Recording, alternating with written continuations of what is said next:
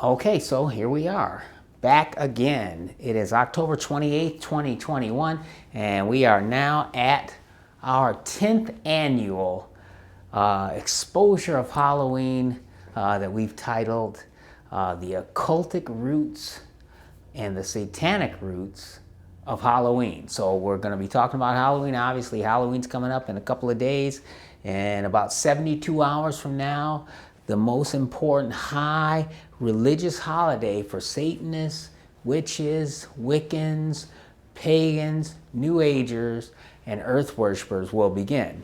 And it is our contention here over the course of the 10 years that we've been doing this. Who knew in 2012 when we started this out that this would run this long? It really was going to be just a one-off when we were down on South Beach on the waterfront there, but it's gone on for 10 years now, and here we are in our 10th year. And so what our proposition is that Halloween has satanic roots that makes it unfit for any Christian to be celebrating. Even if you're not a Christian, if you don't want to have demonic attachments in your life, then Halloween is probably something that you would want to evade and avoid. So what we're going to try to do tonight, we're going to look at our little chart there that I made up for our very first Halloween night exposure, which we did on Halloween night of 2012. 13 different points, 13 being the big important occultic number. And as it turns out, we've got 13 major points that we're going to be addressing tonight from a historical standpoint to give you the historical background of Halloween. And then we're going to take whatever time we have left to hit a couple of key points in Scripture in terms of what the verses say about why we should or should not celebrate Halloween as a secular American tradition. And it's our proposition here that it is not, in fact, just a secular American tradition. It's actually an ancient Babylonian paganized ritual to worship Satan in his many guises as the Green Man, the Horned Goddess, SAH-WEEN, the god of the dead, and the god of agricultural largesse. So we're going to look at all those things. So why don't you open us up with a quick word of prayer, Genevieve, and we will begin our 10th annual Halloween exposure, the Satanic Roots of Halloween. Thank you, Jesus Christ, for this beautiful day that you have allowed us to come and have Pastor Herb deliver the gospel to not only us and those that are unsaved around the world, and may they be saved before the rapture, and guide him, and may the Holy Spirit guide this study. In the name of Jesus Christ I pray, amen.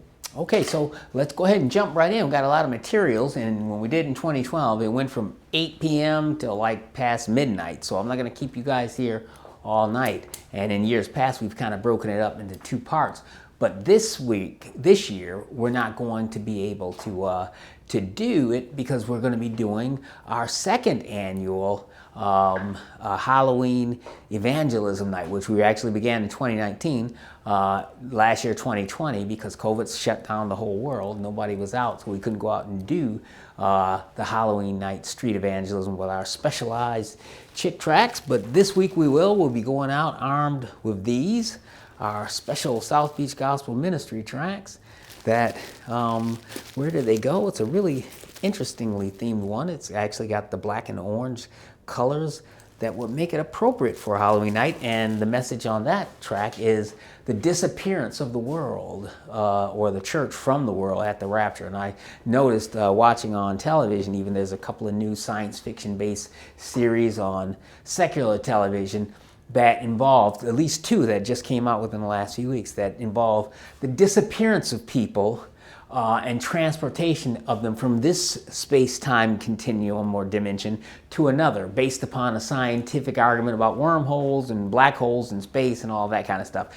And I think that when you look at the entertainment industry, it's just the preparation that Satan uses to prepare the world for this inevitable event that the Bible calls the rapture. But the rapture is not our topic for tonight, and we're going to jump off looking at Halloween. I would submit that what we now call Halloween had its really ugly beginnings way back in Genesis chapter 3, verses 1 through 6, when we see but fall in the Garden of Eden in about 4000 BC, and our biogenetic mother Eve became the very first Wiccan, that is to say, a witch.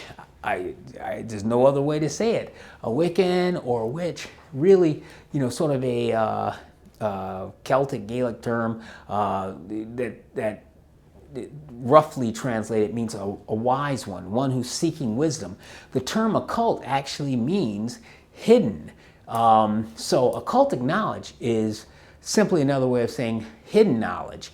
And of course, in the Garden of Eden, we know the story. God wanted to keep the knowledge of good and evil from Adam and Eve so they wouldn't lose their innocence. So God told them not to eat of the tree of the knowledge of good and evil, but Satan came into the garden in the form of the serpent and convinced Eve that she was getting the short end of the stick and that God had lied to her, and that if she partook of the tree of the knowledge of good and evil, which God wanted to keep from her, that is to say, from the occultic fruit, it was occultic because the knowledge was hidden, and it was hidden by God from Eve so that she wouldn't lose her innocence. So Satan convinced her that if you take of this and eat of it, you will become the very first goddess. You will be like God, knowing good and evil. And there was some truth to that, and Satan's best lies are the ones that incorporate a lot of truth with a little bit of deception. A little bit of rat poison in the M&Ms will kill the kids because they'll eat it all. If you give them rat poison on a spoon, they're not going to eat it.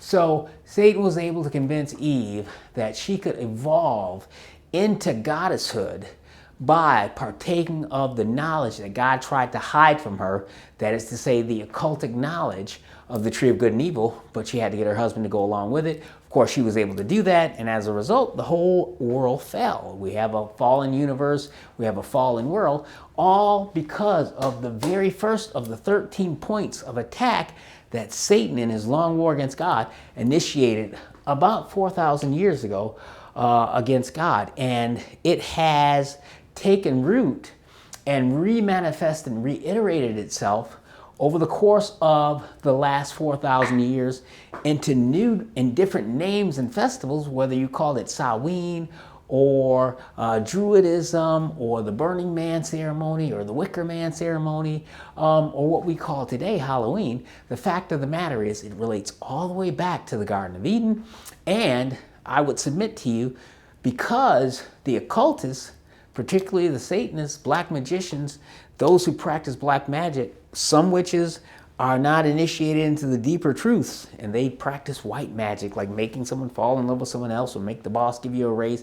Others participate in black magic, which can cause people to die of illnesses based upon you putting a hex upon them. And I know, Genevieve, you had given your testimony about 2 years ago at the 8th annual Halloween exposure teaching, where you gave your testimony about how you as a kid were raised by your biological mother who was involved in witchcraft, and that you had to participate in a witchcraft ceremony as a kid. So for those of you that want to take a look at that, South Beach Gospel Ministries, our YouTube page, South Beach Gospel Ministries, and Facebook, go on there, like and subscribe if you haven't done so. We got a bunch of new subscribers. Hello and welcome to all of you guys. Every time you do that, and every time you make a comment on one of our YouTube videos, by the way, we get pushed up in the Google analytical algorithm. So our videos get sent out to more and more pages around the world. And so you are participating in getting the gospel out by liking and subscribing to our YouTube page. But again, my proposition then is that in about 72 hours, the sun has already, settled down on South Beach here in Miami Beach, Florida. In 72 hours, all around the country, and I would submit throughout the world, children, innocent little children, are going to lose their lives in satanic rituals that are tied to the feast or festival of Samhain that dates all the way back to the Tower of Babel in Babylon, and we're going to look at that. And so, again, this is a very serious time of year. Is it just fun and frivolity, kids going out in costume, trick or treat, having fun? Is it that? Sure, it is that, but it's also a time when children will be sacrificed by black magicians and Satanists and those who practice witchcraft, because it gives them power, and it gives the demons that give them their power special sacrifice that will give them a reason to give favor to those who make the sacrifice. We don't want to believe it, but satanic ritual murders are a real thing.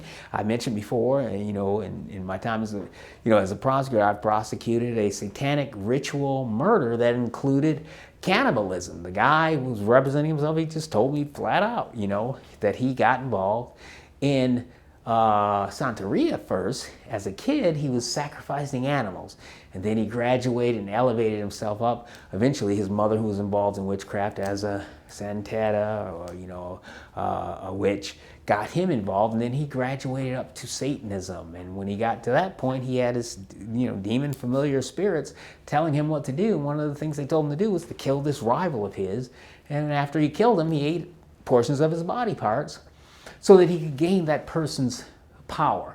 And when you study the occult, you see that is a recurring theme. You know, you kill and then you consume body parts, and that is going to give you superpowers. It's not because there's some nutritional something in the body parts of a human being. It's because the demonic entities that are inside of you are the ones that are actually doing the supernatural metaphysical things that you think you're doing because you're such a, you know, a wizard or a powerful sorcerer. It's actually the demonic entities within you that need the human sacrifice. And it is the way it has been since the fall of man in the garden. So let's jump over. Point 2 on our outline, we talked about it, Nimrod and Semiramis in Babylon. And so let's take a look. Got our little timeline chart here, got our map here, so we can take a look and we can see that Babylon, the ancient Babylon of, you know, Assyria, Babylonia, Mesopotamia. This is a map of it. Here we have Israel over here, so Jerusalem would be right about here on our timeline, on our map of the Middle East. And you would have the ancient Babylon right here, and that's where the Tower of Babel was established way back at about 2400 BC.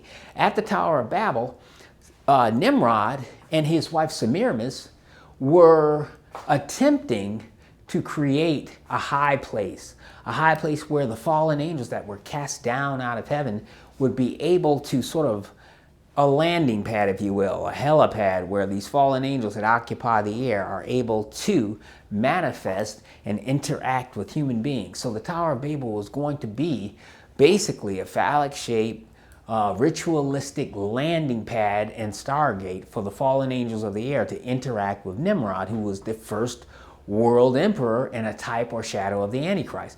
And so we know the story. God went down and confounded the languages, but part and parcel of that whole system that was established in the ancient city of Babylon, as opposed to Neo-Babylon, which we think of when we think of Nebuchadnezzar and Daniel and Shadrach, Meshach, and Abednego. That came, you know, 1,000 years later. Ancient Babylon actually is the first city-state empire that was established after the flood. When God destroyed the world because of the flood, and we talked about that a little bit this past Saturday in our assay of the book of Jude, and how the fallen angels sired the Nephilim race of hybridized humans, and God had to destroy the world with the flood. That was about 2400 BC. Noah brought his sons Shem, Ham, and Japheth with him on the ark along with their wives, and so 8 people were saved from the flood. And it turns out that Noah had a descendant by the name of Ham, his son, and his son had a son named Cush, and his son had a son named Nimrod. So you have the son, grandson, great-grandson of Noah is Nimrod, who was the establisher of this Babylonian empire. And in this Babylonian empire, which we're going to kind of talk about in a standalone teaching, we'll talk about it a little bit. Let's pull up our little Babylon timeline chart. This is really the set piece or the origination point of what we now call Halloween, is really the high holy day of black magicians, Satanists, witches, because of what Satan did through Nimrod in ancient Babylon in about 2400 BC. So we've got Nimrod, his wife Semiramis was elevated to a goddess role in this religion of Babylon that Nimrod inspired by Satan and possessed by Satan, created, wherein Semiramis would become the Queen of Heaven, which is a term of art that's, by the way, used by the Catholic Church to make reference to the Virgin Mary, who is a different Mary from the actual Bible. The Mary of Roman Catholicism, Genevieve, you were Catholic as well, so you know these things as well, is a perpetual virgin. She never had sex, she never had kids, according to the Catholic Church, and she ascended into heaven sinless at the end of her life, and she's the co-redeemer of the human race along with Jesus. And so that's a different Mary than the Mary of the Bible, and that's why the Catholic Church adopted the ancient Babylonian pagan term for this goddess out of Babylon, the Queen of Heaven. And so Queen of Heaven was first given as a title to Semiramis, the wife of Nimrod.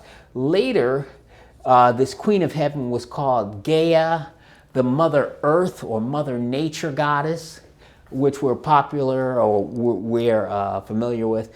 The European nations eventually renamed her Europa, and so the European continent, the collection of the European nation states, actually named their continent after the Semiramin Queen of Heaven, who they called Europa, who supposedly had sexual relations with the chief sky god Zeus and gave birth to super demigod children. And so again, we see the whole Nimrod Semiramis mystery Babylon religious system that's going to make its way all the way through to Revelation chapter 17 and 18, when God will eventually destroy the religious form of mystery Babylon in Revelation 17, just prior to the second coming of Jesus Christ. So let's go ahead and take a look there. So Nimrod's wife became Gaia.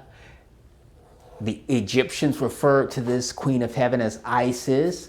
The Phoenicians referred to as Ishtar.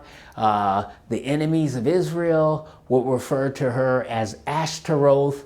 And Israel began sacrificing their babies to this Queen of Heaven, sky goddess, Semiramis, the wife of Nimrod, who at the time that these things were going on during the time of the prophets had changed her name to Ashtaroth. And so we see this theme going on again and again and again. Nimrod, of course, was considered or renamed by different cultures Gilgamesh or Sargon, Marduk, Bel, Anu. Later, the Egyptians called him Osiris. The Grecians called him Zeus. Romans called him Jupiter. So we see the whole set piece that began in ancient Babylon in 2400 involved a dying and resurrected sun god king. That's an important part of what we call Halloween. The SAH-WEEN individual, and SAH-WEEN, Scotch Gaelic term that's derived from the ancient Celtic people who had a religious system called Druidism.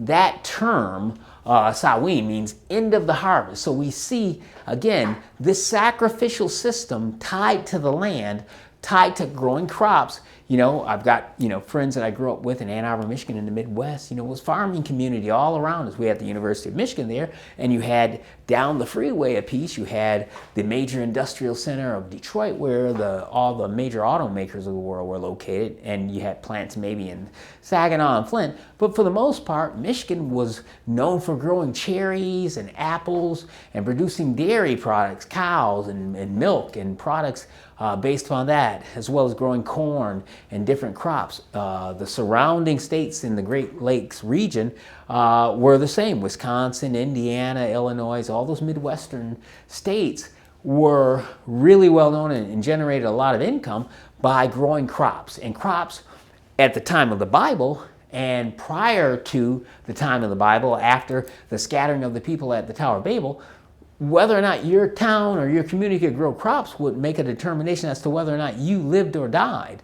And so what we see then is that the ancient people, they didn't have industries like steel mills and automobiles and selling computers as a way to generate gross national product income.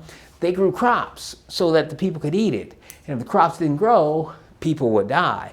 And so Satan used that area or weakness or need or necessity. Remember, after the fall in the garden, God said, from the sweat of your brow, Adam, will you eat your bread. until you return to the ground, for out of it thou was taken, dust thou art, and to dust you shall return. In fact, God put a curse on the earth and all of the physical creation because of Adam's sin, until the Messiah would be able to come to reverse the curse of the original Adam. And so it became difficult for man to produce enough food out of the ground to be able to feed himself and his family. And so it became more of a struggle and more hard work as part of the punishment of God. And so Satan set upon that by doing things like, hey, you want me to make your crops grow for you, and you can sort of overcome God's punishment, where you got to now work really, really hard because you betrayed him in the garden and partook of occultic knowledge and became the first, witch,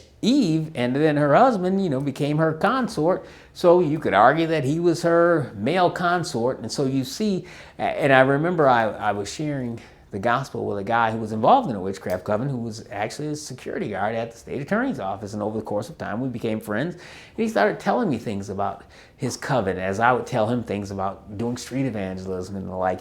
And he pointed out that not only did all level of people, whether it be in law enforcement, courts, common people, were all involved in these different witchcraft covens, but how women were the exalted figure in the witchcraft coven. And when I suggested to him that Eve was the very first Wiccan, or first witch, he was like, "Man, never thought of it like that. I'm gonna use that at the next coven meeting. You're right. She was pursuing occultic knowledge, and obtained occultic knowledge by eating from the tree of the knowledge of good and evil. She wanted to be a wise one. She wanted to be more wise and have more wisdom than what she was made, as a helpmeet by God for Adam. And so she went out and pursued her own attempt at gaining occultic knowledge and became the first goddess. And that's where feminism had its horrible start. So again, the religion of ancient Babylon included sex with children, killing children, blood sacrifices, so that the demon god, Satan, disguised as, a sky god, the god of wisdom, it actually would work. You would kill your kids, and all of a sudden, you would get the knowledge of how to build an engineering marvel that the ancient city of Babylon was. The Hanging Gardens of ancient Babylon were one of the 8 wonders of the world. How did these people learn all of these different engineering, practices? The Freemasonry, covens began way back then. It was because Satan was giving them occulted, hidden knowledge to help them overcome the laws of physics and gravity, and being able to build these architectural marvels through hidden knowledge that Satan would assist them in obtaining. And so, to a certain extent, kill your kids, and Satan would see to it that you could obtain hidden knowledge that you normally wouldn't have access to, which will give you the power to make your crops grow, give you the power to build a world empire and incredible structures that you would never be able to do on your own. And so Satan, saw that worked so well in Babylon, even though God came down and destroyed the Tower of Babel and scattered the people all over the world so that Satan couldn't be the one world emperor that the Antichrist will eventually be.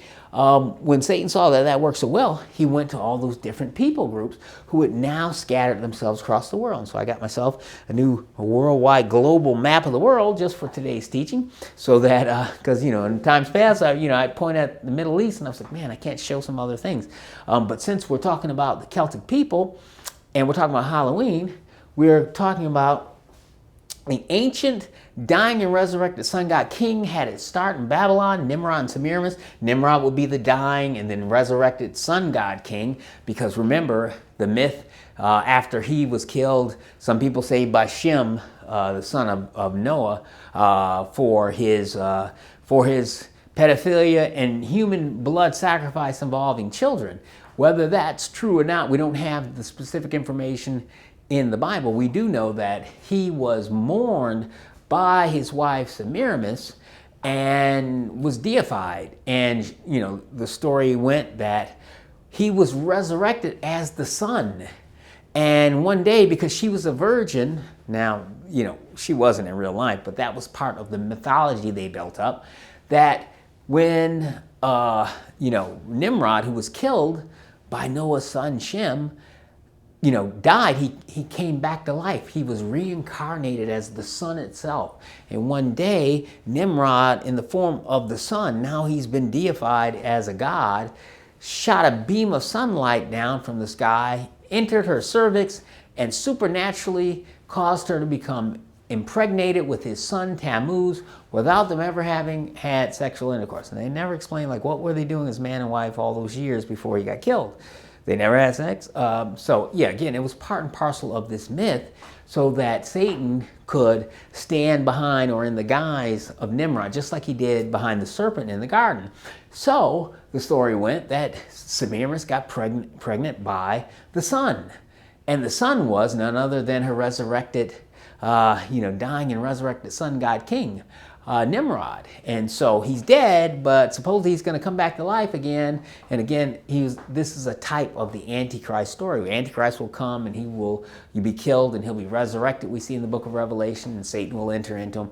Again, Nimrod was the original type of that. So the dying and resurrected sun god king, which was adopted and eventually integrated into the mythology of Great Britain, Britannia, these Celtic people that eventually moved themselves into the British Isles had with them the ancient stories of Babylon and this Babylon mythos system. And each culture, the Egyptians, changed it to fit their culture, and the Brits changed it in Britannia before they became the United Kingdom or England, and they changed it to fit their tales. And eventually we got the Arthurian legend of the Knights of the Round Table, Camelot, King Arthur, who was a type of Nimrod, a dying and resurrected sun god king. Remember the Arthurian tale of Camelot? King Arthur had, he was betrayed by his wife and his best friend, Sir Lancelot, who had an affair with his wife, Guinevere, and he was kind of a Christ figure, and Sir Lancelot was kind of a Judas figure.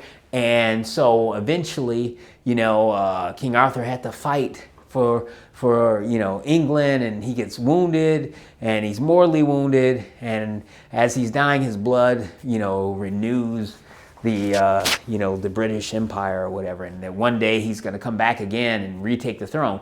And so the myth of the dying and resurrected sun god king was even placed in the Arthurian legend. So not only do we get that, but secondly, we get the virgin, queen of heaven, mother earth goddess, who can spontaneously give birth without even having sexual relations. And then thirdly, Babylon gives us the virgin-born sun god prince, who is the son of the sun god, who is the dying and resurrected king.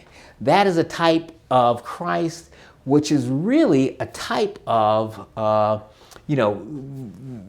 the gospel story that we read about in Matthew, Mark, Luke, and John, an imitation of Jesus' birth of a virgin. And eventually that religious mythos that was established in Babylon works its way into mystery religion form, into Eastern mysticism, Hinduism, Buddhism, Islam, Freemasonry, Roman Catholicism, Mormonism, Masonry, and Druidism. And so we are now at point 3 on our timeline chart. And from about 2300 to 2000 BC, you had the Celts, who were the forebears of this sort of almost semi-mythical race or ethnic group of people called the Aryans. The Aryans were the people group that Adolf Hitler were trying to search for and find. They were supposedly descended from the gods, and they had blonde hair and blue eyes and pale skin. And these Aryans were supposedly partially, human and partially divine. They were Nephilim, god men. And so the Celtic people were associated, if you read some accounts, are associated with this maybe mythical, maybe not mythical group of people known as the Aryans. They were Indo-European initially and Scotch-Gaelic eventually, meaning on our new timeline, well, not our timeline chart, but our map of the globe that I got today just for our teaching on Halloween, they started out, these Celtic people that we hear reference to, or we have reference to, they started out in the area of a landmass which would be modern day India today. And the progression of this people group moved from India up north and westward towards and across the Middle East, further west into what would be Ukraine or Russia, before eventually settling in what is today known as the British Isles, or which would include Scotland, Ireland, Wales, England, and the area of what in Roman times was referred to as Britannia. So we have the Celtic people, the forebears of the Aryans, Indo-European Scotch Gaelic people. They had a religious practice that they brought with them when they moved from India through Europe into the British Isles. That became what we would call today Druidism. And their religious practice of Druidism was really just another manifestation of the ancient Babylonian Semiramis, Nimrod, Mother Earth goddess, virgin-born, messianic figure, born of the dying and resurrected sun god king. And so the sun and the light that it gives to the world tied in very closely to what? The crops. If the crops don't grow, people die. If the sun doesn't shine, the crops don't grow. And so you had the sun becoming a very important component to agrarian societies. Israel is an agrarian society, and all of the pagan nations surrounding were agrarian societies. They wanted their crops to grow a lot. And so if the sun shined a lot, the crops might grow really, really well. So they eventually started making sacrifices to these various forms of sun gods that were really just Satan dressed in a Halloween costume before Halloween was actually invented. And so you would also have, as part of the mythos, the fact that the Mother Earth is the one that brings forth, right? She brings forth the same way a woman in a physical body would bring forth a baby. It's the Mother Earth, Gaia, that brings forth the crops that the people eat so they can survive. And so attached to that was the myth that the Mother Earth goddess can give women fertility in the same way that the sun god king could give men fertility so that they would have sexual prowess. So sex was tied in intimately to the growing of the crops. Make the crops grow, you got a lot of food to feed your family. Have a lot of sex, you can have a lot of kids, so you can have a lot of farmers, farmhands to help you on your farm. So you wanted to have a lot of kids, and you wanted to have a lot of crops to feed those kids. And so Satan, disguising himself as the dying and resurrected sun god king, and dressed in drag as the queen of heaven, Semiramis or Gaia, whatever name you wanted to give her, depending on what culture or which ethnic group you were with, became part and parcel of what these Celtic people that again moved from the Indian landmass through Europe to the British Isles and brought with them the idea that, hey, we need on a special day of the year to acknowledge the dying and resurrected sun god king, who was also known as the horned god. It was in their mythology and religion, this male consort to the queen of heaven, or the Mother Earth goddess, was a god with horns that came out of his head, sort of like a goat man, which ties in to what we've read throughout history about Satan worshipers, or about how Satan has appeared in times past in the form of the Baphomet. Lower body of a goat, horns of a goat, upper body of a man, with the reproductive, a large phallus of a man, and the mammary glands of a female, sort of a hermaphroditic half man, half goat, with women's reproductive organs mixed in with male reproductive organs. And that's who the Knights Templar worshipped as part of their mystical, magical, religious ceremonies. This goat man, they call it the Baphomet. And so we see that in the British Isles, the Celtic people also incorporated or encompassed the worship of a god who had horns, and of a goddess who would make the crops grow. And the day they chose to do the worship of these entities and they would worship by making sacrifices.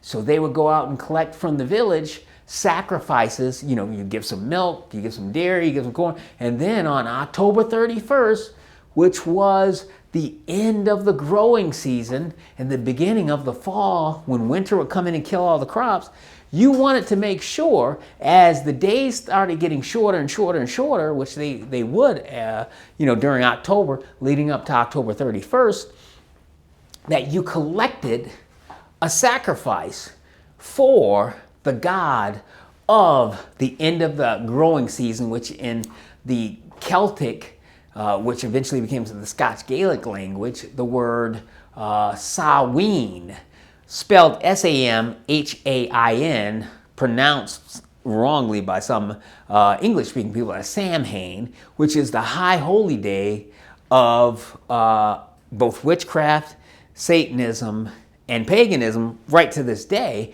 and which will be celebrated 72 hours from now as Halloween.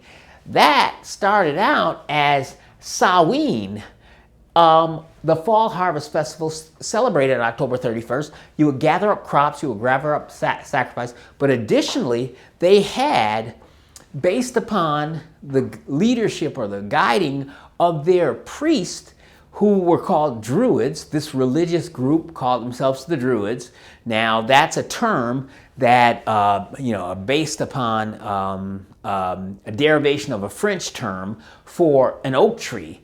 The Druids were the men of oak. Why? Because they were syncretistic, animistic pagans who believed that in animism, in pantheism, and panentheism, which were, again, were alternative religious practices created by Satan to get people to worship the creation rather than the creator. And we see that Paul condemns that in the book of Romans. They worship the creation rather than the creator, who is blessed forever. And so Satan is the one who got people to do that, starting way back in ancient Babylon.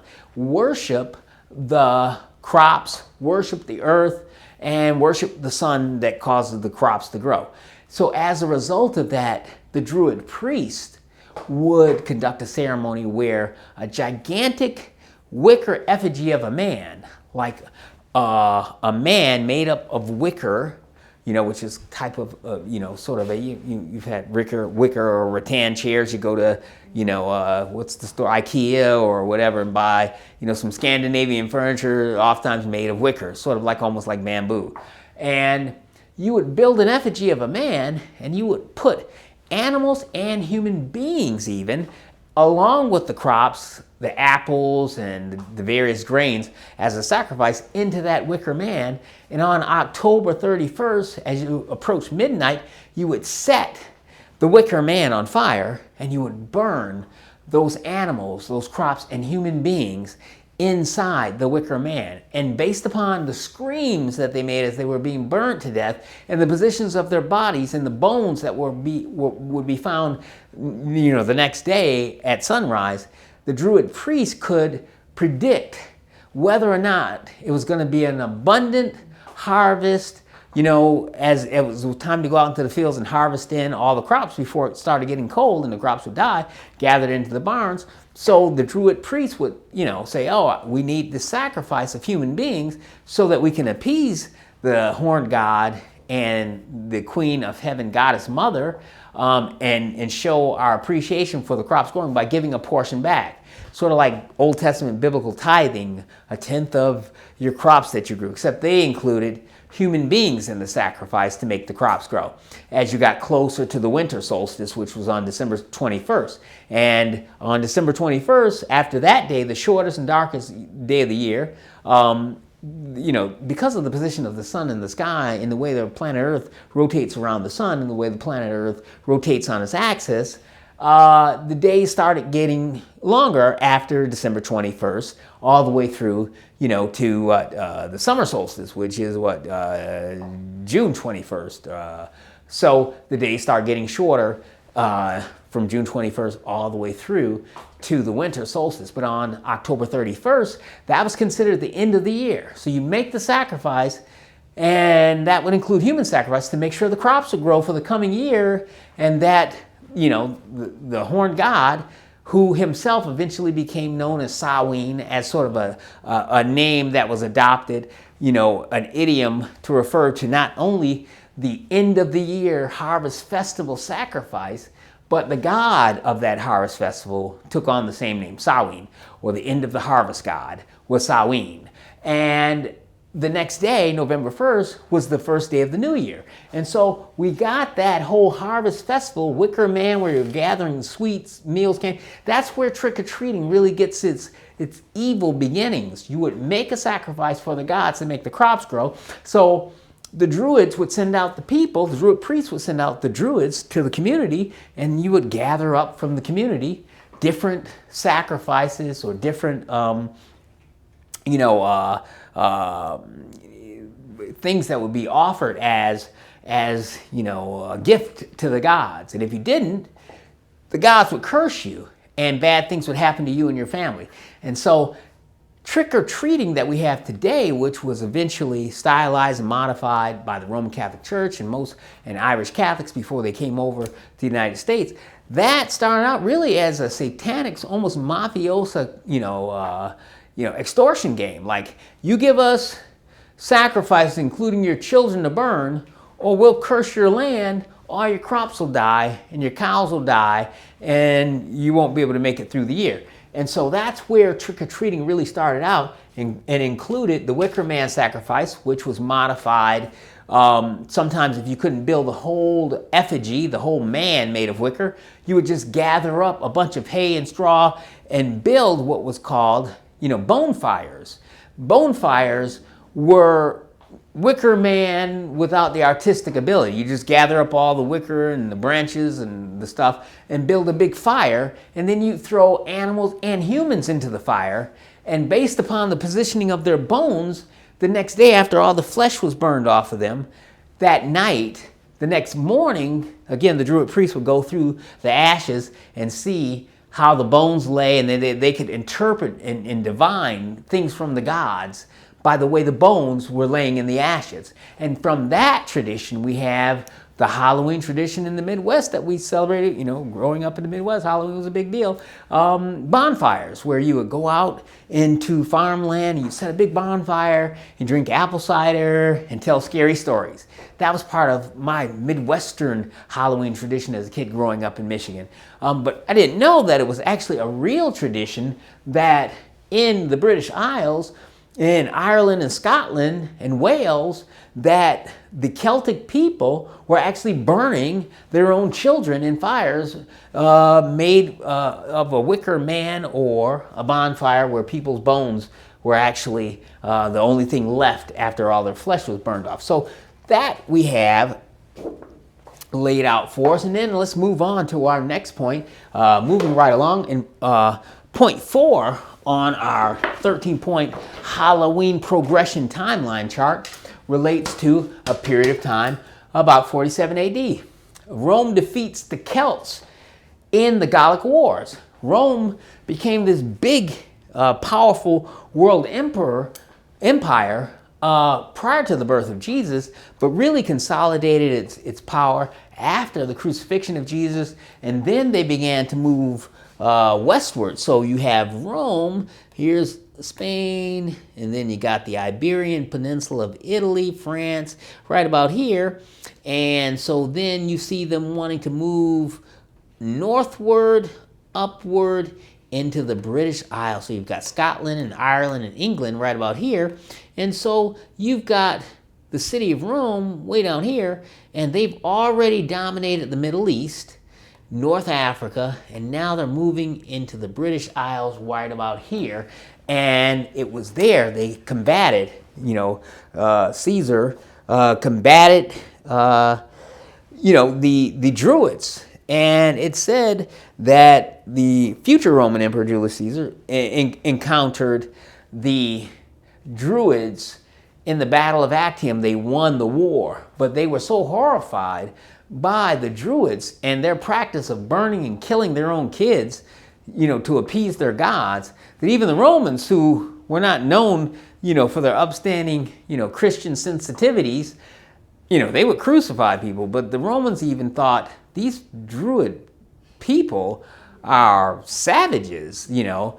And remember, the Vikings and the Goths and the Huns eventually came into this area, the British Isles, Britannia as it was called, and eventually conquered the area. But the Romans were a more civilized people, and they thought, you know, this is wickedness. And so the Druid priests and the Druidic practice after the Battle of Actium and after Rome won the Gallic Wars, they defeated France and they defeated the Celts in Britannia and took over basically what would be today the British Isles or the United Kingdom. Druidism had to go underground because Rome thought this is too barbaric for even the Roman state to countenance. So from about 47 to about 300 AD, Druidism had to become a secret mystery religion.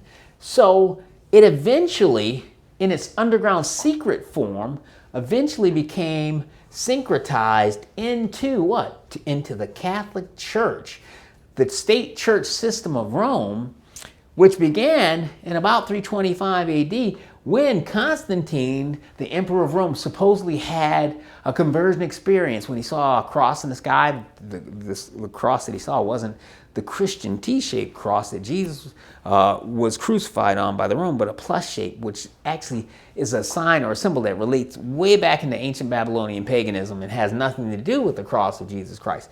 So at about 325 AD, the Roman Catholic state church begins when Emperor Constantine becomes the very first Pontifex Maximus and the Pope of the church. Really, the first Pope over the Catholic Church is none other than Constantine, who became the protector of the church and made Catholicism the Roman form of Christianity, the official state religion. And since the state was a world empire, the Catholic or Universal Church of Rome became the official religion of most of the world because Rome had conquered most of the world. And so Druidism actually syncretized itself into the state church system. And we find out that the Catholic priests, realizing that these Druidic priests actually had supernatural powers, were like, hey, tell us how you can do all that stuff, and we'll tell you how we... And the two wedded themselves together. So ancient Babylonian paganism in the form of Druidism wed itself together with modern Babylonian paganism of the Roman Catholic Church, which is really, if you look at their Queen of Heaven, Mary, and the different sacraments and good works that you have to do to earn your way into heaven, has nothing to do with the Bible.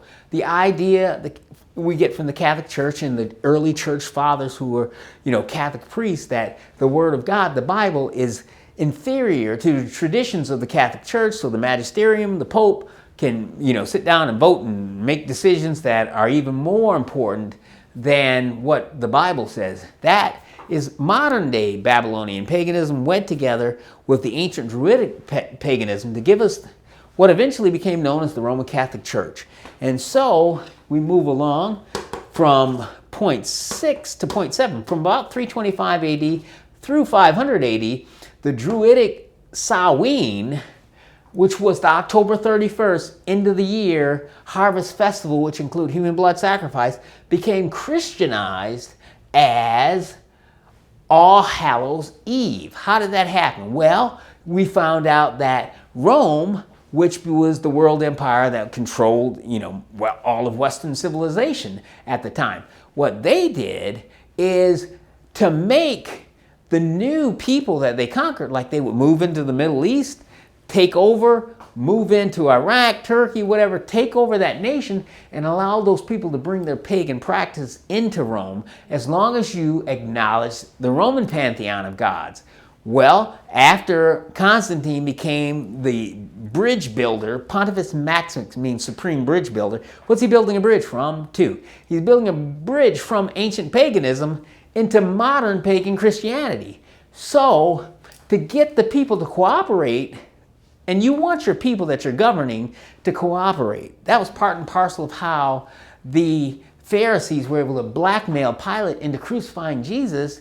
Even though he found Jesus innocent of any crime, he didn't want to have any problems with the people that he was governing and having them, make bad complaints back to Rome. So he went along with the Pharisees' program to crucify Jesus, even though he said Jesus was innocent. So what we find out in Rome from 325 AD onward is to mollify the conquered peoples of the Roman Empire, they would adopt in their pagan practices.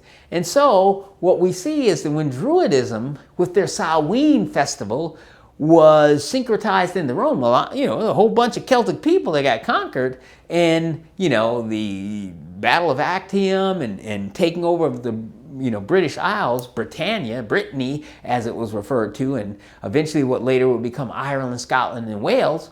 Those people were basically witches, and they practiced Druidism, worshiping the oak trees because they believed in panentheism. God is in everything and is everything. So God is in the rocks and God is in the trees. And God was especially popular in oak trees. And as a kid, again, growing up in Michigan, our house was surrounded by a bunch of different trees, but we had mostly maple trees that give you those big Canadian maple leaves that I would have to rake up. But we also had a bunch of oak trees. I liked the oak trees better because oak trees had smaller leaves and they were less heavy and they fell less frequently. Maple leaves, they were everywhere and they were hard to, rake up when it came time to fall. So there's that aside. But we never realized that Halloween was part and parcel of a religious group of people who actually believed that gods lived in the oak trees in our backyard. And they worshiped those oak trees and sacrificed their babies to the oak trees. And we even see that even in the New Testament, God is making fun of these people by saying, can a rock bring forth? Are you going to say to a rock, thou art my mother? Like, how could you be stupid enough to worship a rock and a tree? So we see that certainly that's what happened. And so the Druidic SAH-WEEN was rechristened by the Roman Catholic Church, was really part and parcel of the state or empire of Rome. And so what they did was this. They created a day on November 1st, the next day, which was the new year for the pagans that were now incorporated and syncretized into the Roman Empire. November 1st was the first day of the new year, and SAH-WEEN was the day before, New Year's Eve. You do that big sacrifice, the bonfire and the Wicker Man, and burn up all the people and kill all the kids. And so what the Roman Church did was created an All Saints Day. We're going to have a holiday to celebrate dead people, just like the pagans do, because part and parcel of the SAH-WEEN festival was the belief that the veil between the living and the dead was at its very thinnest point on October 31st, that night. And so therefore, they, as part of their religious practices, part and parcel of gathering up crops and sacrifice to take to the Wicker Man to offer, was also mollifying the spirits of the dead and evil spirits that could come up out of the grave and haunt the people of the village. Whoever died in the preceding years were allowed to come up out of the graves, and they would go back and visit their family. And if the next door neighbor or the guy down the street didn't like you very much, when he comes back from the dead, he might do evil things like kill your cows or burn down your crops during the night. And there were these disembodied demonic entities who were non-human spirits that never had bodies that would also be allowed to haunt the streets on the most spiritual, supernatural, ghostly, night of the year, which would be October 31st, because the veil was the thinnest. So you would have to give tribute, basically play, tribute money like you would, longshoremen working on the docks in New York, when the mafia came up and said, hey, you better give us or we're going to burn down the docks and you won't be able to work, or something like that.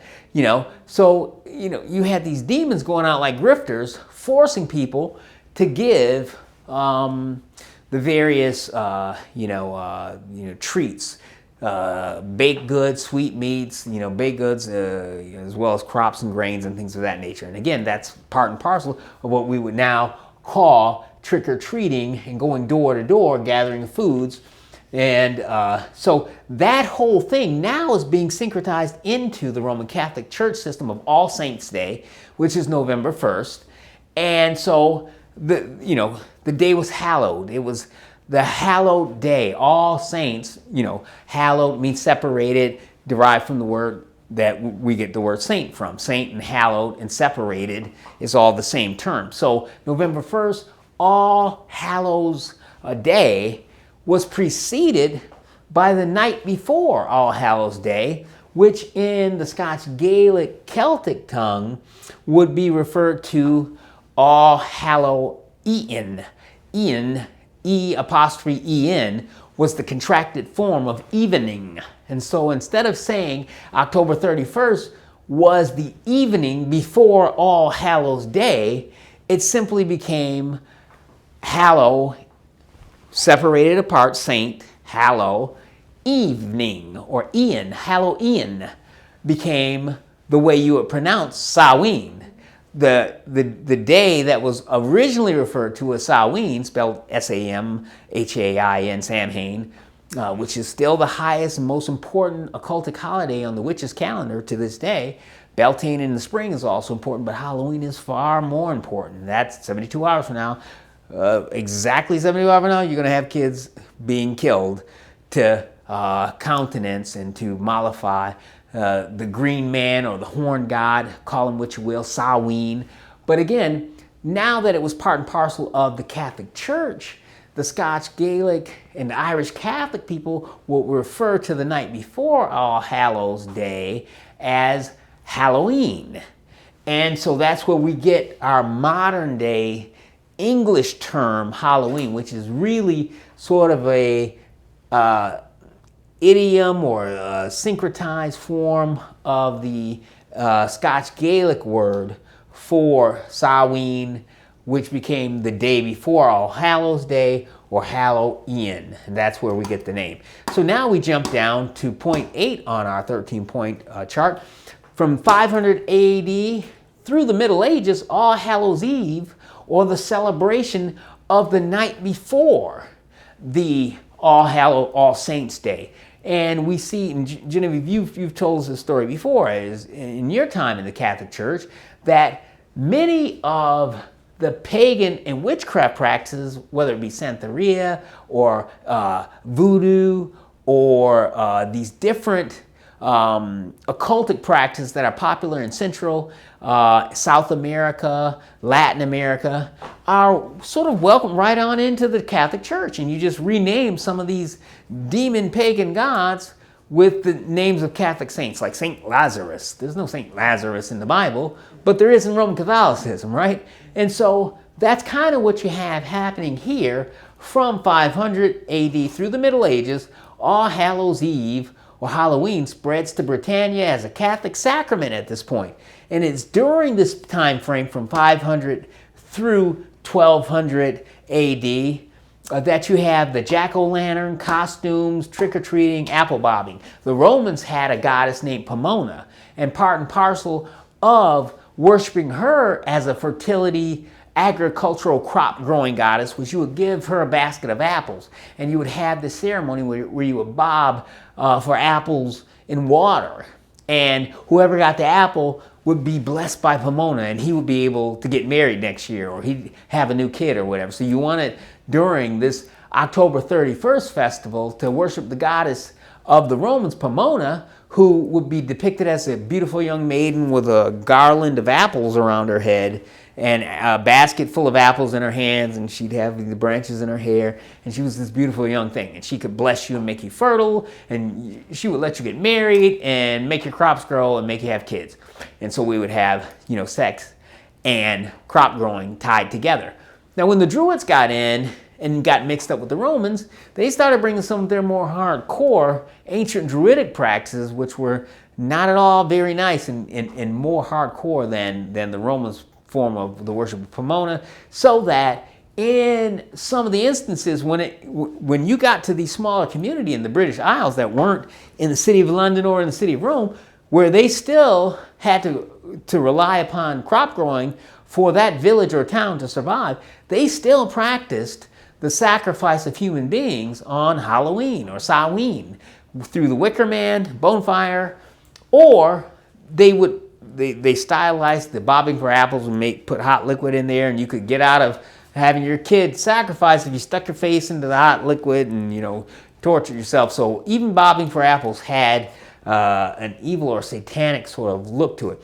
The costumes of demons. So what we would have on October 31st in any one of these villages, whether it would have been in the ancient Indo-European villages of Druidism, or in the more modern villages of Britannia and the British Isles, including Ireland and Scotland, you would have on Halloween individuals having to dress up like demons because they wanted to appease the demons. The demons supposedly could walk the streets that night.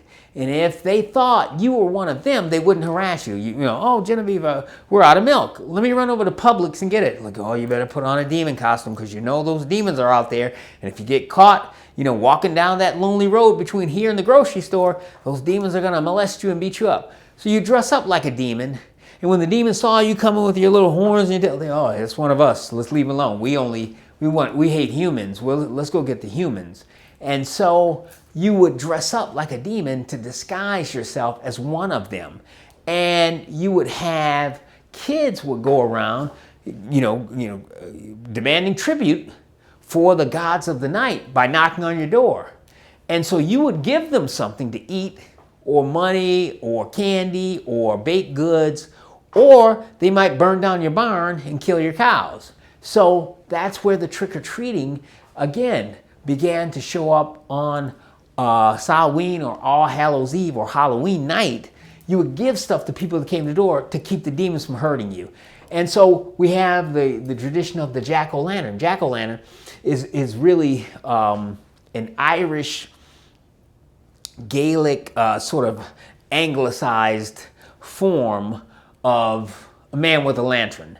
A jack is an idiom that made generic reference to a man, like in a prostitution sting, all the women of the night were arrested, and the Johns were arrested as well. Like, you use the term John, the person who is paying the prostitute to have sex is referred to as a John. It's sort of a generic idiom for a man. And that same term, Jack, which was a nickname for a person named John, was used to make reference to this lantern that was eventually used to put outside your house to let the demons know you were on Satan's side.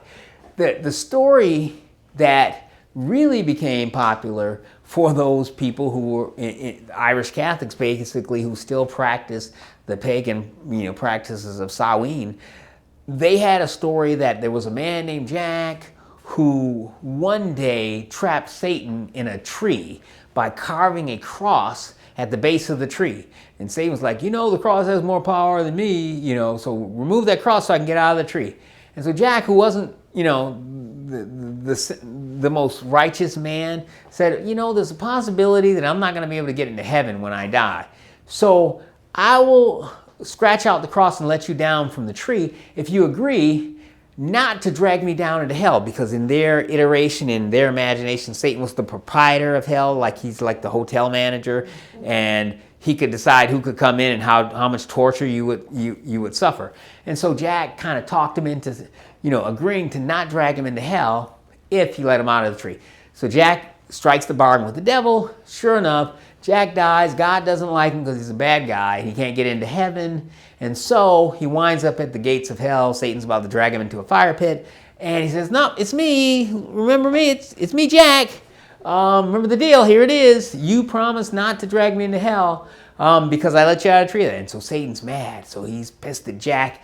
He's like, you tricky little con man. And Satan, knowing that he'd been outfoxed by this guy, Jack, grabs a coal from the fire pit and throws it at him and misses, and it hits the ground.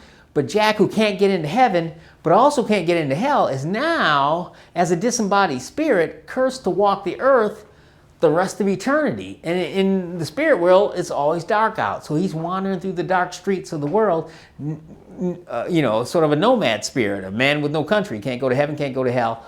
And so what he does, he takes a turnip, which was very common in the British Isles and in Ireland, and he carves like this demonic face in it, to show, the suffering and agony of being exiled and not allowed into heaven. And he takes the coal that Satan threw at him, and he drops it into the, carved out, turnip gourd, and uses it as a lantern with a scary face on it. And so that became a tradition of Halloween in Ireland, in the British Isles, to carve a turnip gourd with a demonic face and put a candle in it to represent Jack. And then you put it outside your house, and that would kind of let the demons of the night know that you were on Satan's side.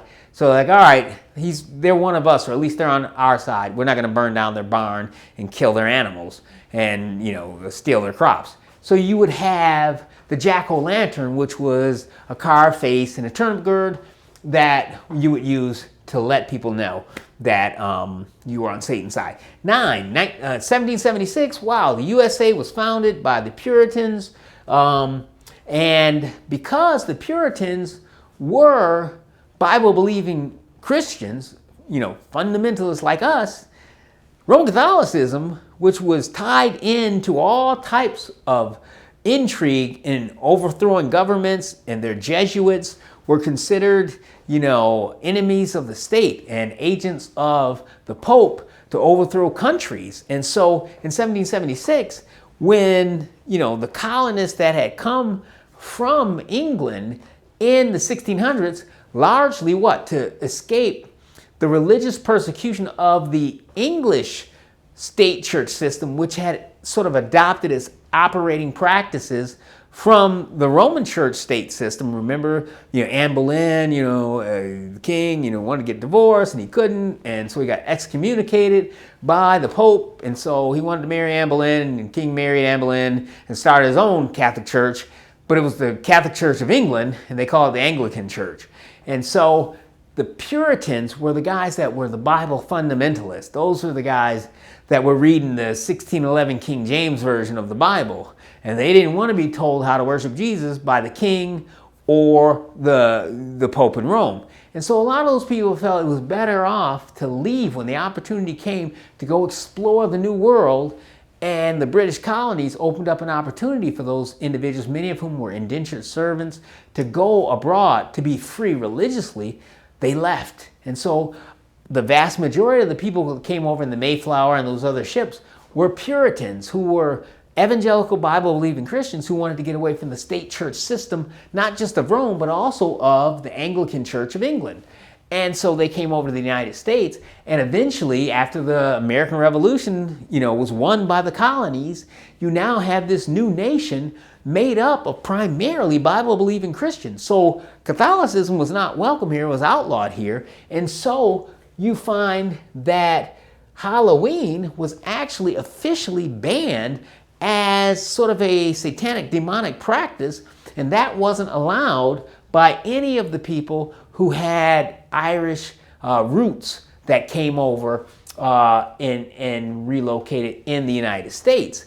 And so it wasn't until we get to point 10 on our outline, in about 1840, the Irish Potato Famine occurred, where a viral or bacteriological fungus killed all the crops of potatoes. And potato was a tuber that was a starchy food that grew in the ground, and that's how, you know, a lot of the, you know, Irish people, they were less wealthy than some of the British or the English, and so they survived on growing, you know, potatoes, which will give you starch, carbohydrates, an excellent source of nutrition. And then when this possibly a viral-based, fungus disease killed all the potato crops, they didn't have a way to survive. So you had mass exodus of Irish who were 99% Catholic, exodus from Ireland to the New World. Why? Because they were hoping they could use their farming skills and grow potatoes and crops in the New World. So they came to New York City and established Irish Catholic enclaves in New York City. When they came, Liberty Island, Ellis Island, Liberty Island, and they'd come into Manhattan, and then they'd, get assigned places to go. And another large group ended up in Boston, Massachusetts. So you had large enclaves of Irish Catholic immigrants in both New York City and in Boston, Massachusetts. And of course, they brought with them their traditions and their Catholic beliefs. And so you had Catholicism in the United States of America. And we had, it wasn't until 1789 actually, that the very first Catholic university was established in the United States. There we go, Georgetown University there, which is where I kind of went to law school at. So what you see there, that's their little official logo there, their sigil, and here's, there it is. You see on the official logo of Georgetown University, you have this stylized phoenix bird with the year 1789 imprinted on it. That was the year that they finally got a charter to establish a university or college on the Potomac River in the United States. Before that, it was illegal to do so. And so from 1789 onward, the Catholic Church had an educational foothold in the United States. By 1840, when all these Irish Catholics came over, you found that you now had very large masses of Catholics. And so they would speak out, well, there's prejudice against Irish people in New York City, and there's prejudice against Catholics. No president until John F. Kennedy that was ever elected president who was Catholic. From 1840 through 1900, the United States largely continued to reject the SAH-WEEN religious practice. And remember, Roman Catholicism is great for syncretizing and adopting in paganism of any of their people from anywhere in the world they had conquered and making it part of the Catholic Church and giving you a way to celebrate it. So All Hallows Eve, Halloween, was being celebrated by Irish Catholics, but it wasn't in the United States up until about 1900. Even after the Irish Potato Famine, it was still considered pseudo-occultic Roman paganism religious tradition that Irish Catholics may have celebrated back in the Emerald Isle, but in the United States it wasn't welcomed, it was looked down upon. But from 1900 onward, as we get to point 12 in our outline, Halloween began gaining acceptance. And this tradition on October 31st of dressing up in scary costumes and giving tribute to those that come and knock on your door, and even the phrase that eventually became very common and tied to the whole Halloween experience, trick or treat, that started in the United States, which is why some people mistakenly believe that Halloween is some kind of an American cultural tradition from the Midwest because of the crops growing in Michigan and Wisconsin and Indiana and Iowa or something like that. Like the Iowa Corn Growers Association started Halloween in 1955 or something. No, it was the original Scotch Gaelic practice of SAH-WEEN that got syncretized into the Catholic Church and became really dominant amongst the Irish Catholics, especially after the Irish Potato Famine when they came to the United States. And eventually after the 1900s began, it began slipping out, and we see, traditions, become accepted in the United States as a great melting pot of many different cultures and, languages and people groups. And so it began transmogrifying itself from an Irish Catholic ethnic thing to really an American thing from 1900 onward. And then the term Halloween and the phrase trick-or-treating or trick-or-treat began becoming part of anybody in the Midwest who, in the Midwest, they were familiar with crop growing and how important the crops are to the health of the nation or the health of the state or the health of your farmland. So they could appreciate, sometimes when you drive through Pennsylvania Dutch country, you see these weird sigils painted on the barns. Those are symbols that have occultic histories and occultic origins. They're trying to get the green man, the sky god, Pomona goddess, the Mother Earth goddess, Gaia, call her what you will, to make the crops grow.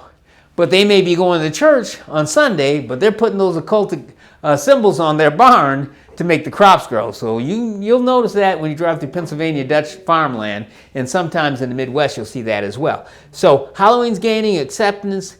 13, our final point. Halloween now is the most popular adult holiday in the whole world, or certainly in the United States. In the United States, in 2012, they generated $8.2 billion with a B dollars in sales just for that one day of Halloween. And so only Christmas and the porn industry could generate more income in terms of sales annually than Halloween sales, a one-day long, really several hour long holiday. It starts at, about sundown, and it goes, most people, as kids, we weren't allowed to stay out. I remember one year we were able to trick or treat till like midnight. That was like one of the last times my sister and I went out. But generally, kids might go out at 6 o'clock and you have to be back home by 8 or 8:30 or, something like that. Got dark in the Midwest earlier. So, you're talking about for a couple of hours, one night a year, you're generating now, as of, goodness forbid, 2019, I think it gotten over $10 billion in sales. And, last year with COVID, threw things off because, things were shut down. But this year, we're probably looking again, over $10 billion in sales for one night, and only really a few hours of one night, which shows you that kids alone aren't celebrating Halloween. This has now become an adult practice. In New York City, the Halloween parade was like this. It was like the Macy's Thanksgiving Day parade. It was like this huge thing in Greenwich Village. And Genevieve? In the stores, presently, the kids' aisle is so small, and the 90% of the store is adult.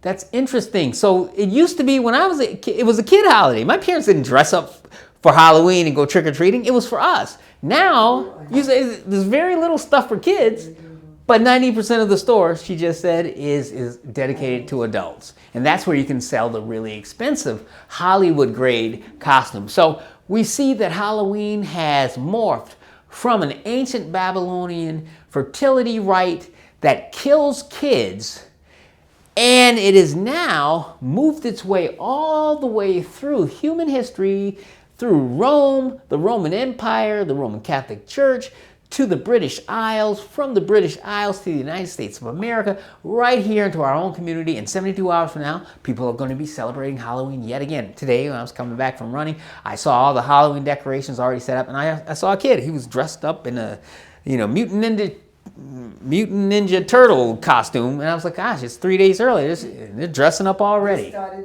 They started Monday. It's now become like a week-long celebration. Why, Genevieve? Why is it? It's even more popular than Christmas now. And you have parades dedicated to. They don't have any, parades dedicated primarily in the school system. When I was a kid growing up in Michigan, in the Midwest, we had a Halloween Day parade. We didn't have an Easter parade, and we didn't have a Christmas parade. But we had a Halloween parade, and you have that to this very day. You have school systems that are promoting the idea of Halloween, but they would never dare to promote it. Easter or Resurrection Sunday or Christmas, the birth of Christ, which is now referred to as a holiday party. It can't even be a Christmas party anymore. Why? Because Satan is behind Halloween. Halloween is not the birthday of Satan, and Satanists don't think it's his birthday because Satan is considered a god to them. So he has no day of birth because he always was. So it is the high holy holiday of hardcore Satanists and hardcore witches and hardcore Wiccans. They take it seriously enough that they're willing to do human sacrifices. And they think it's a privilege. They're like, hey, you've been selected. Some witchcraft covens, they select kids from before their birth. Your mother was a birthing mother so that she could produce babies to be sacrificed for the coven. And that's considered some high holy, honor. I was watching a videotape today, that was Carol Matriciana and Chuck Smith from Calvary Chapel did a series way back in the 90s on, the occult invasion into America. And they did a series on Halloween. And one of the guys that they interviewed came from out of Satanism. He was describing that when he was a little kid, like 4 years, 5 years old, maybe 6, while he and a little girl were selected as, the queen and king of the harvest festival, Halloween. And they were forced to engage in sexual relations even as little children. And then on Halloween, since he was selected to be the coven king eventually. He was going to be the male lead of the coven. And so for whatever reason, they do it at an early age. You get crowned on Halloween. But that night, the little girl that he had been during the month of October being forced to engage in sexual relations with, because again, sex is a big part of the whole fertility, right? He was forced to have sex with her, but on Halloween night, when he was brought out of the van to have his coronation ceremony, he saw her, tied to a stone tablet, a table. Her hands and feet were tied, and she was very pale and naked. And he said they put incisions in her feet and in her wrists, and they were bleeding her. And they were collecting her blood in a chalice and drinking it. And that was part and parcel of the Halloween ceremony. And eventually they took him, the high priest of that year, grabbed a knife, took his hand, put his hand on the knife, and then drove the knife into the heart of the girl that he had been married to spiritually through the Halloween season. And he was forced to kill her, and as a 6 or 7 year old or whatever. And as an adult, he was like, so yeah, you ask me as a former generational Satanist born into it, whether it's okay for people to celebrate Halloween just for fun, if they just dress up in masks. He said, think about what I had to go through. I was forever scarred by generational Satanism and their tie and devotion to Halloween. No, I don't think it's okay for Christian parents or non-Christian parents to allow their kids to celebrate Halloween. Halloween is a time of death and destruction for people who were really involved in it and understand what it really is. And so he was like, I'm terribly offended when I see law-abiding citizens saying it's just for fun, and they smile and laugh about it and let their kids go out and do that. I was forced to kill a little girl, and a little girl was forced to die on Halloween as part and parcel of a religious ceremony that dates back to ancient Babylon that continues through to this very day. Like I said, I told you, I did a murder case, prosecuted a guy for a satanic ritual murder. And that wasn't a bajillion years ago. That was like right now. And so it's something that goes on, and I would assure you 72 hours from now, the same thing is going to happen. People are going to die, and most of those people are going to be children.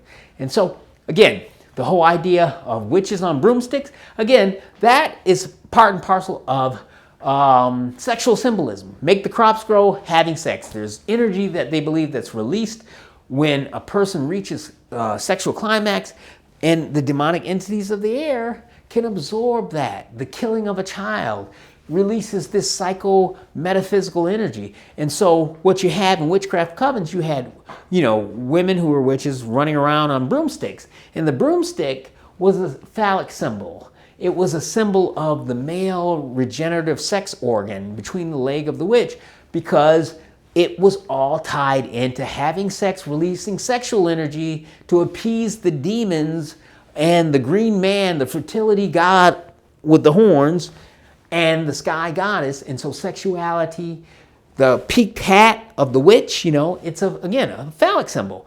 The broomstick between the leg of the witches, it wasn't originally supposed to be a transportation device. It was really a symbol of how the coven grows by having children and releasing sexual energy into the air that appeases the god to make the crops grow. And so again, it's all tied together. So with the little bit of time we have left, let's just take a look real quick at a couple of the verses in the Bible, and we'll see if there's anything in the Bible that suggests whether or not it's okay to celebrate Halloween, and whether or not, because as a kid I was told ghosts and goblins and spirits and all that stuff were make-believe, and if I was scared of it, I'm being silly because this is all just for fun. But the Bible says that spirits are actually real, and they're not just for fun. And, I thought, let's see. Let me just read a bit of a passage from a tract that was prepared by a religious organization based in Oklahoma some years ago. And I was looking at it today, and I thought, man, this is actually, very powerful, and it relates in this overview of Halloween. It says, the church struggled in vain to eliminate the heathenism inherent in the celebrations, the pagan celebrations of Samhain. To the church's chagrin, it spawned instead an organized cult opposed to the church, witchcraft. The Roman church, trying to suppress Druidism and witchcraft, caused, a formalized form of witchcraft to be created, and really gave feminism and women who always felt like, hey, we don't have proper standing. And back in the Middle Ages, a woman was considered a second-class citizen, so it was easy for Satan to create witchcraft covens and say, hey, just like Eve in the Garden of Eden, you're being shortchanged by a male-dominated society, and by participating in this, you can have a little pleasure in your life. And so what we see then is that Satan, again, uses the harshness of life to draw people into these occultic practices, and that's how satanic covens recruited people like Charles Manson or Son of Sam, David Berkowitz. You find people who have a hard time in life and offer them special privileges, and you'd be amazed at how easy it is to get people to get involved. And it goes on to say, the assembly of witches vowed to obey their god, their master, disguised as an animal. So that's where you see in a lot of these SAH-WEEN Halloween festivals, you'll see individuals dressed up like animals. That was part and parcel of the thought that the demons come back in the form of animals and you would have sexual relations with them. They kissed them on whatever part of the body they chose and paid homage by turning widdershins, which is turning from east to west, a certain number of times. They pledged their children to the god and thanked him as the source of food and life itself. At Halloween, Sabbath witches did dances to make animals more fertile, dressing up as animals themselves. To encourage fertility in human beings, they danced naked, or in their usual clothes, and in some dances they galloped about straddling branches or broomsticks. As they danced, the witches chanted. Before long, the rhythmic movements and the rhythmic sounds and the feeling of being at one with the horned god gave them a sense of ecstasy. And then it goes on to talk about some witches being born into the cult and others being recruited into it. But then, when you look at Scripture, what does it say? Exodus chapter 22, verse 18 says, "Regard not those that have familiar spirits, neither seek after wizards to be defiled by them. I am the Lord your God." And it says, "Thou shalt not suffer a witch to live," in Exodus chapter 22, verse 18. So we know that Jesus talked about the devil being the prince of the power of the air, and I was talking to Kim about that the other day, and how television and radio is controlled, even Christian television and radio is controlled by Satan because he's the prince of the power of the air. It says in Ephesians chapter 2, verse 2. And it says in Ephesians chapter 6, verse 12, what does it say? It says, "For we wrestle not against flesh and blood, but against principalities and against powers and against the rulers of darkness of this world, against spiritual wickedness in high places." So Jesus and Paul and the Bible believes in disembodied spirits that you can't see with your eyes. And, even particle physicists, I read books on particle physics, and it says things that you can see, just, for instance, this Wi-Fi speaker, this object that I can see is made up of things that I can't see. Subatomic particles actually are what this object is comprised of. And so even particle physics, secular science, tells us there is a world that we cannot see with our visual physical eyes. If you had a scanning electron microscope, you could see some of the subatomic particles in this speaker or in a human cell. But what the Bible is saying, and what it just said there in Ephesians, that you have spirit beings that have feelings, emotions, that get angry, that you can't see with your eyes. Simply because you can't see it doesn't mean it doesn't exist. Do ghosts exist? Of course they do. Now what happens is the ghosts of Halloween, those aren't the ghosts of dead people that live next door. We know from Scripture that the disembodied spirit of a man either goes directly into the kingdom of heaven to wait the resurrection of his body at the rapture, or it goes into Hades' torment to await judgment. But what we do find out is that the demonic entities of the New Testament are probably the disembodied spirits of the physical entities known as the Nephilim, the demigod god-men that were created by the fallen angels, who were able to have illicit sexual intercourse with human women and create a demonic hybrid race of beings that God sent the flood of Noah to kill. Those spirits aren't in Hades. Those spirits aren't in heaven.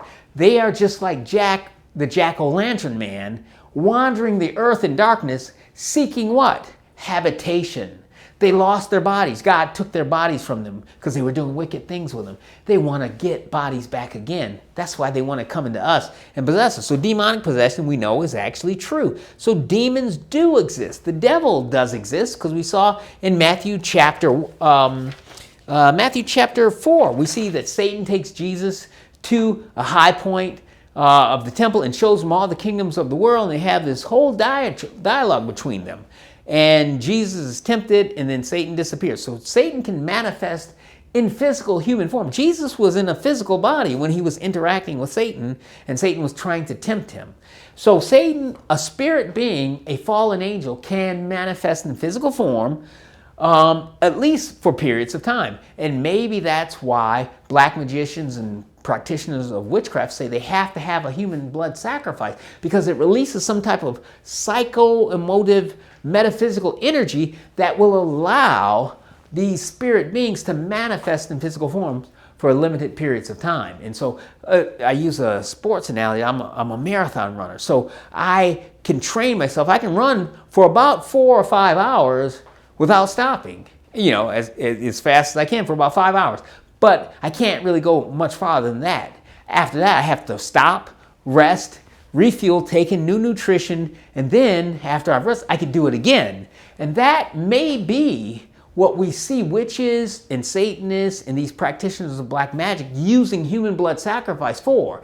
They put the little pentagram on the ground and they do the blood sacrifice of animals or humans, and that release of blood, according to them, releases some kind of metaphysical power. It's like a battery that the spirits can use to absorb to create a temporary form that they can't maintain, a physical form. And they appear in a room and, well, who summoned me, and blah, blah, blah. And then they disappear and turn into the ether again. Maybe it's very much like being a marathon runner. I can do it for limited periods of time. Then I got to repower up to be able to do it again. And so what we find out in 2 Thessalonians chapter 2, we see Paul writing about Satan coming with power and lying wonders, and that the Antichrist that's going to come will be a king. We find out in Daniel chapter 8, verse 23, understanding dark sentences. In other words, is he a black magician? Does that mean he's skilled in the occult arts? Well, verse 25 of Daniel chapter 8 says this, and through his, the Antichrist who understands dark sentences or black magic, through his policy he shall cause craft to prosper in his hand. What's he talking about, Genevieve? Is he talking about arts and crafts? Is he saying when Antichrist comes, he's going to be a black magician that's going to teach kids how to carve pumpkins? I don't think so. I think he's talking about witchcraft. The occultic arts is a craft. It's a skill.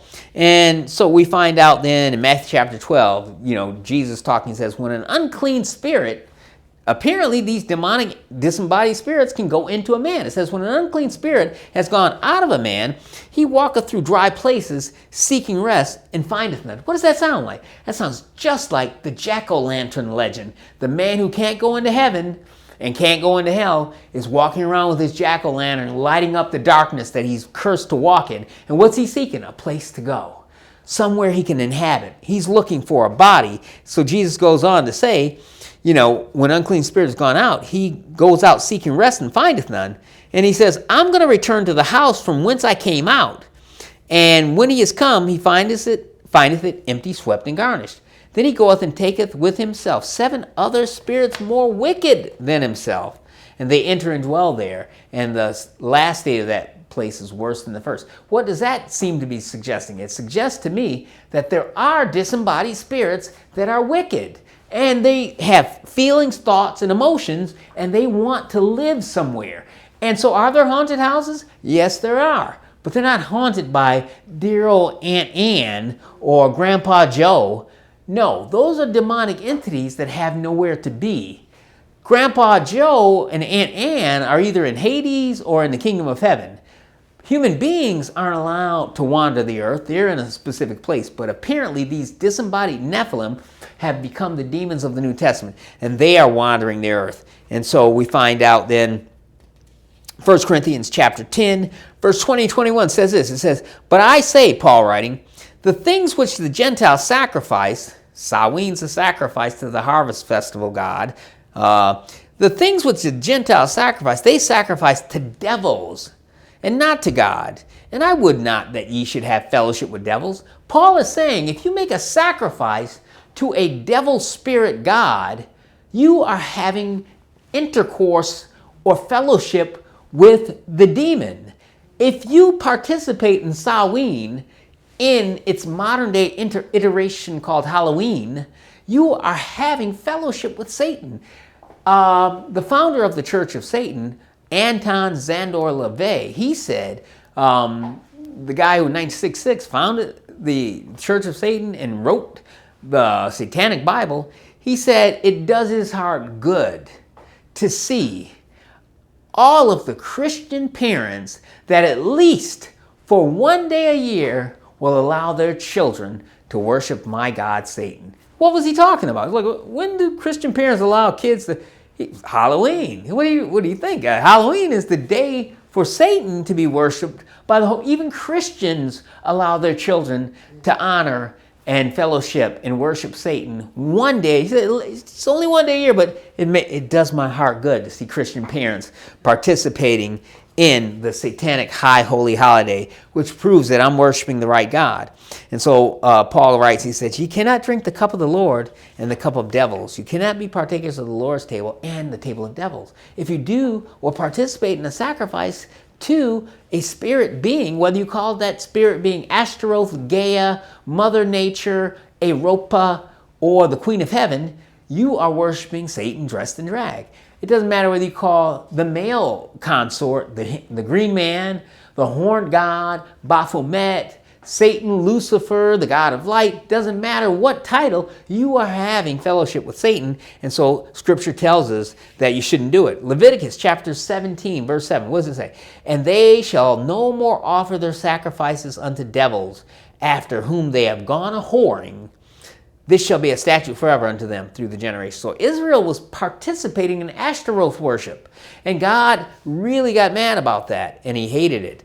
And so we find out then that anybody that tells you that there is no such thing as ghosts, there's no such thing as goblins, there's no such thing as demons, that's all make-believe. That's what our parents told us, because I think they were supposed to tell us. We watch scary movies and dress up in scary costumes. I remember dressing up as the devil one year. And, we get scared. But then our parents would try to mollify us and make us feel better by telling, but it's all make-believe.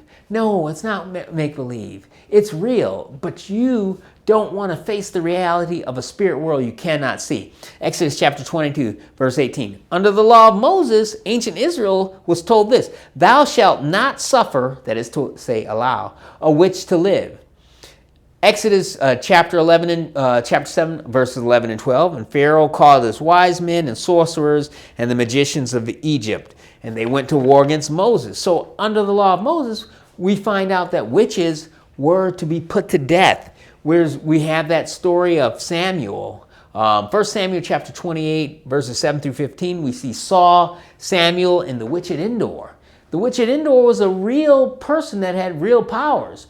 But even she was shocked when she used her witch familiar, this demonic entity, to pretend to be dead people so that she could make money.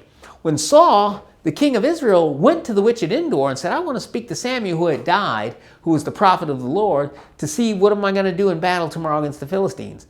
When she called up Samuel, God allowed the real Samuel, the disembodied ghost Samuel, to come up out of paradise, Hades, Abraham's bosom. And when she was like, "Holy crap, wait a minute, you're not my familiar spirit, you're the real thing." And it was actually Samuel who came up.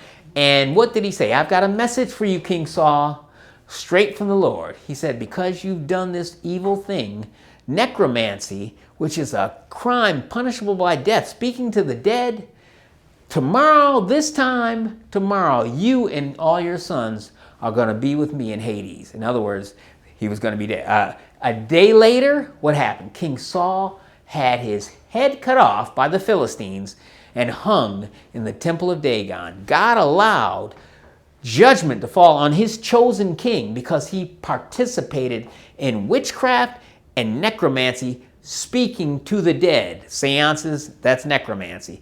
God was so angry about that, he allowed the ancient enemies of God in Israel, the Philistines, to cut the head of the first king of Israel off and hang it up as a trophy in the temple of Dagon, who was really Satan in disguise. So God must have been pretty upset about witchcraft and going to a necromancer and a soothsayer.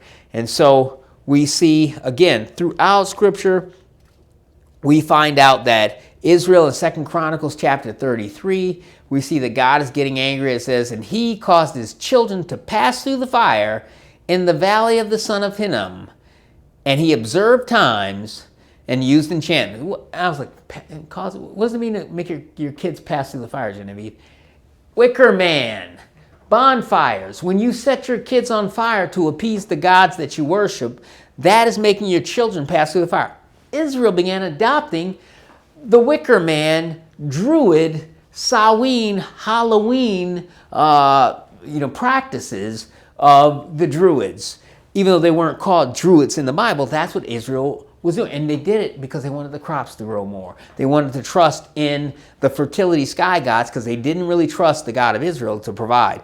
And so he says, you made your children pass through the fire and you observe times. An observer of times is a horoscope. Where the stars are, you go to the newspaper, a horoscope reading. And, my mom thought that was harmless. You could buy the National Enquirer and on the back, the horoscope for today says that such and such and so. It was like this fun thing that, she would do. She was observing times condemned by death in the Old Testament, and using enchantments, and using witchcraft, and dealt with a familiar spirit and with wizards. And he wrought much evil in the sight of the Lord to provoke him to anger. 2 Kings chapter 9, verse 22. And it says, when it came to pass, when Joram saw Jehu, he said, is it peace, Jehu? And he answered, what peace?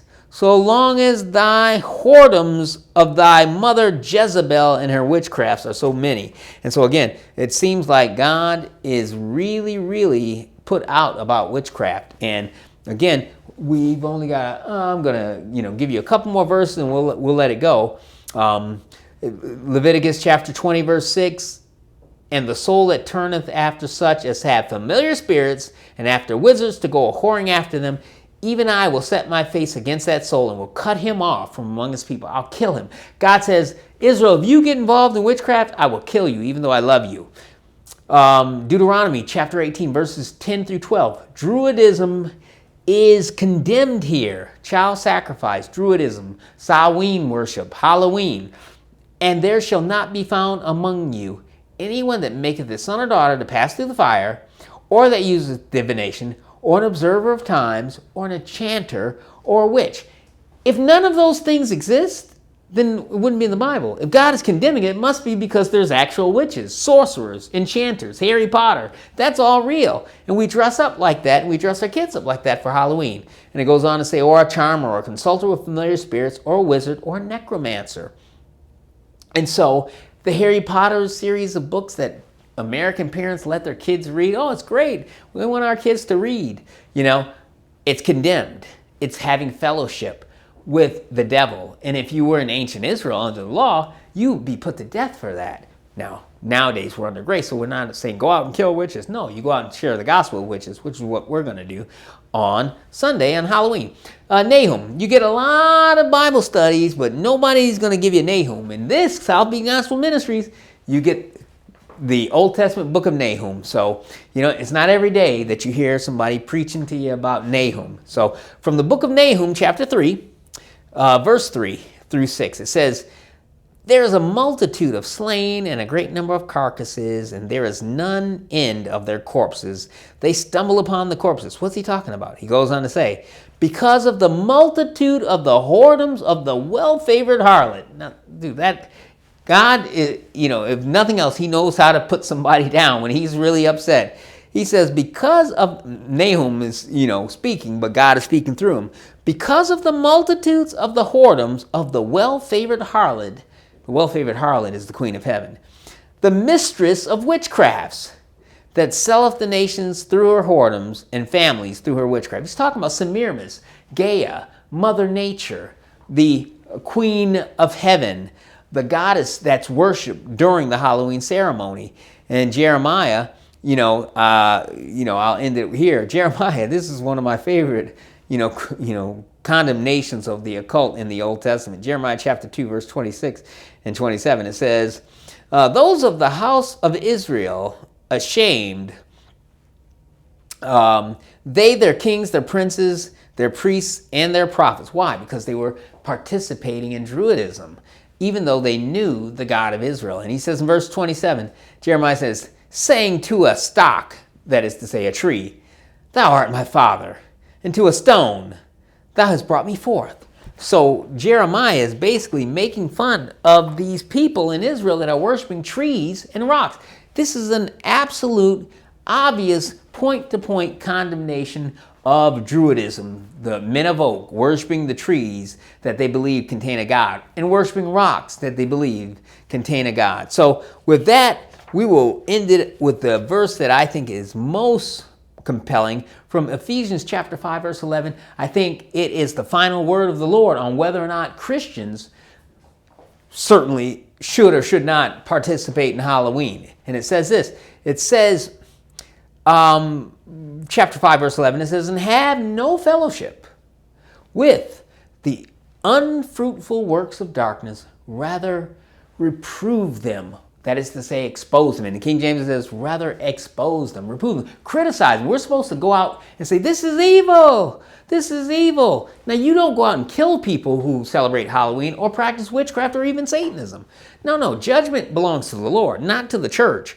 But what we're supposed to do is say, this is evil, guys. This isn't a good thing. And so Sunday, we're going to go out. We're not causing trouble. We're going to go out and we're going to pass out tracts. And me and Genevieve was talking to Kim today. Kim's so excited. She can barely contain herself. She's like a kid before Christmas. She's like, I wish Halloween was today and we could go out now. And so Sunday, so those of you out there in internet land, pray for our little street evangelism team. We will be going out again. We did it the first time in 2019 when we first got our custom-made Jack Chick, gospel tracks. Again, sort of a Halloween-themed gospel track about the rapture. Has our YouTube and Facebook information on the back of it and our ministry name. So that's great. So somebody says, wow, who are you guys? And where can I get in touch with you guys? Right here on Facebook and YouTube, Southbeat Gospel Ministry. And so we're going to be passing those tracks out. This one, Kathy, my favorite, a little girl dies of cancer, but she's not afraid because she loves Jesus. So pray for us that we would do well and that while, goodness forbid, I'm telling you, we'll be passing out tracks down on Lincoln Road on South Beach. There were just tons of people. We passed out thousands a couple years ago. But at the same time, the somber remembrance that children will be dying while we're passing out tracts. There will be satanic covens preparing human blood sacrifices, preferably little kids that will be dying right here in the United States of America, South Florida, Midwest, West Coast, California. And you read about it in the paper the following week in November. Oh, bones are found, bodies were found. Oh, satanic cult believed to be, some crazy religious ceremony. You always see these articles appearing in newspapers afterwards because Halloween leaves a mark. It's the Wicker Man ceremony. People are going to die on Sunday. That much I can assure you. And of those people, a lot of those people, the majority are going to be little kids. Little kids that have no power to do anything are going to be losing their lives throughout our country, the supposedly only Christian country left in the world, and they're going to be losing their lives to Satanists and witches who believe that the Wicker Man ceremony is a good thing, and it's good for the earth to renew herself by shedding the blood of young children to help the crops grow. And while we're out doing evangelism with people who are out trick-or-treating, not aware of the darkness with which they are innocently and unwillingly participating in, we're going to be able to go out and give them the truth of the gospel of Jesus Christ.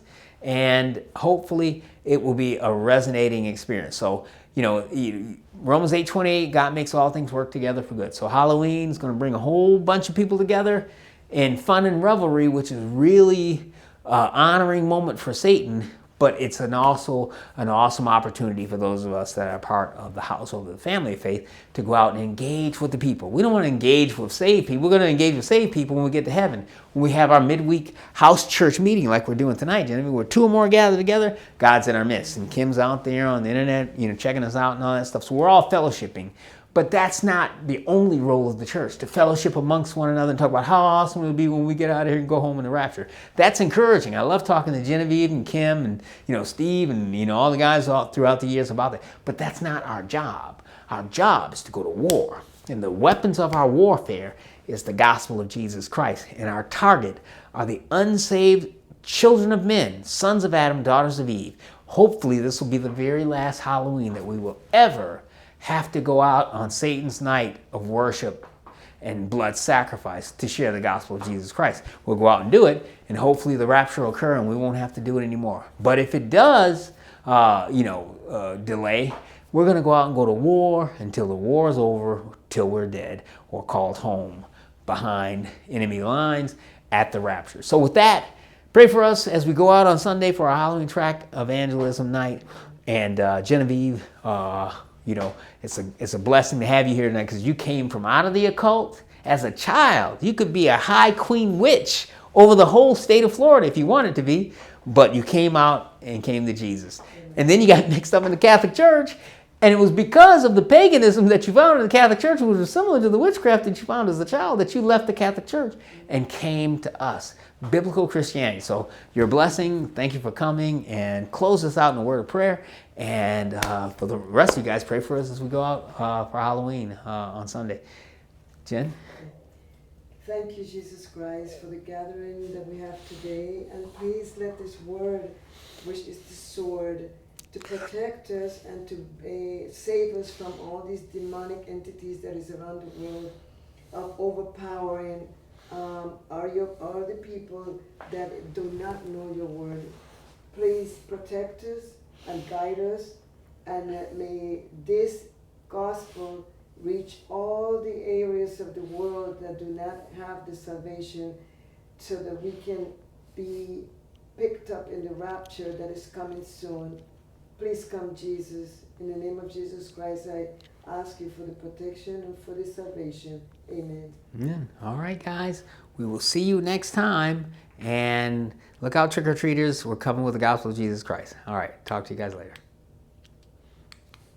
Beautiful.